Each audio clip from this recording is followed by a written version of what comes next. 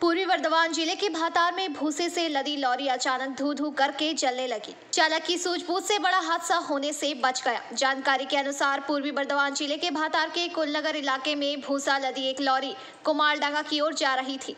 भातार के कुलनगर अस्पताल मोड़ के पास अचानक शॉर्ट सर्किट के चलते गाड़ी में आग लग गई। जब ड्राइवर ने शीशे से देखा कि कार में आग लगी हुई है तो उसने तुरंत लॉरी को आधा किलोमीटर तक दौड़ाया और एक तालाब में लॉरी को पलट दिया।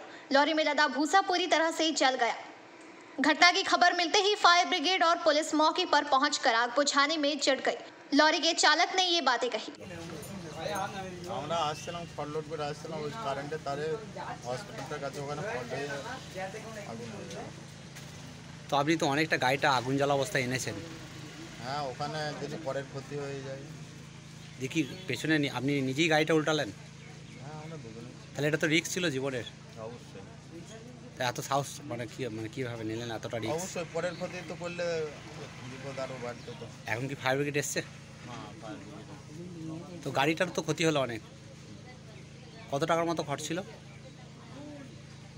আনুমানিক 28-30 হাজার টাকা। তো যেখানে আগুন লেগেছিল কি বড় বিপদ হয়ে যেত এটা কি ভেবেছিলেন আপনি? ওখানে পাশেই হসপিটাল ছিল তো। হসপিটাল ছিল আরও হয়তো বাড়ি ঘর ছিল। কী নাম আপনার?